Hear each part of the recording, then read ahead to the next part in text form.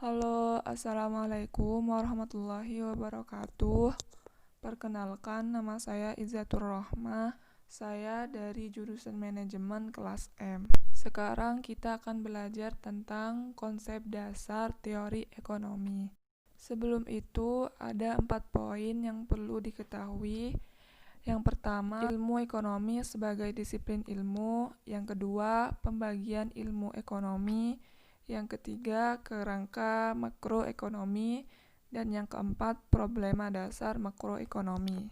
Ilmu ekonomi sebagai disiplin ilmu. Ilmu ekonomi adalah ilmu yang berkaitan dengan segala kegiatan manusia dalam rangka memenuhi kebutuhan hidup. Kata ekonomi merupakan penggabungan dari dua suku kata yang berasal dari bahasa Yunani, yaitu oikos dan nomos. Secara harfiah, oikos berarti rumah tangga, sedangkan nomos berarti aturan, kaidah, atau pengelolaan. Sehingga paduan kata oikonomia berarti pengelolaan rumah tangga. Ilmu ekonomi dianggap sebagai suatu disiplin ilmu baru mulai tahun 1776, yaitu sejak ditulis dan diterbitkannya buku yang terkenal yang berjudul The Wealth of Nations tahun 1776 karya Adam Smith.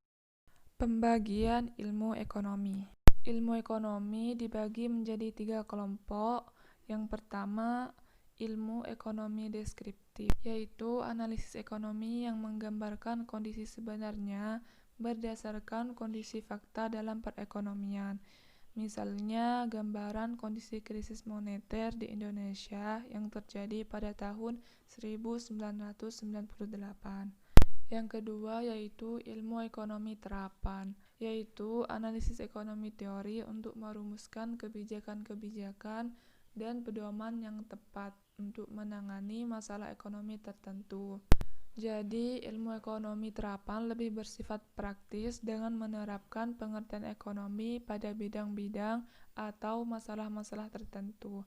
Misalnya, ekonomi di perusahaan, ekonomi moneter, ekonomi perbankan, dan sebagainya.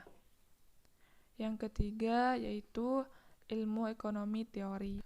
Ilmu ekonomi teori adalah analisis ekonomi yang berusaha menjelaskan, mencari pengertian, hubungan sebab akibat, dan cara kerja sistem ekonomi. Dalam ilmu ekonomi teori dibagi lagi menjadi 2 macam, yaitu ilmu ekonomi mikro dan ilmu ekonomi makro. Pada dasarnya, fokus dari kedua model pembahasan ini mempunyai tujuan yang sama, yaitu usaha pemenuhan kebutuhan masyarakat atau individu dalam perekonomian. Kerangka ekonomi makro adalah bentuk kerangka kerja pemerintah dan juga rencana pemerintah dalam meningkatkan pertumbuhan ekonomi dengan pelaksanaan kebijakan ekonomi yang berdampak makro. Kerangka ekonomi makro biasanya disampaikan oleh Kementerian Keuangan kepada DPR untuk menjelaskan rencana pembangunan ekonomi dan langkah-langkah kebijakan fiskal yang dapat diambil untuk pelaksanaan kebijakan tersebut. Problema dasar makroekonomi. Permasalahan ekonomi makro timbul ketika ekonomi tidak mencapai tujuan secara penuh, seperti misalnya ada pengangguran, yang kedua inflasi, yang ketiga utang luar negeri, yang keempat kredit, yang kelima kemiskinan, keenam krisis nilai tukar. Sekian, terima kasih. Wassalamualaikum warahmatullahi wabarakatuh.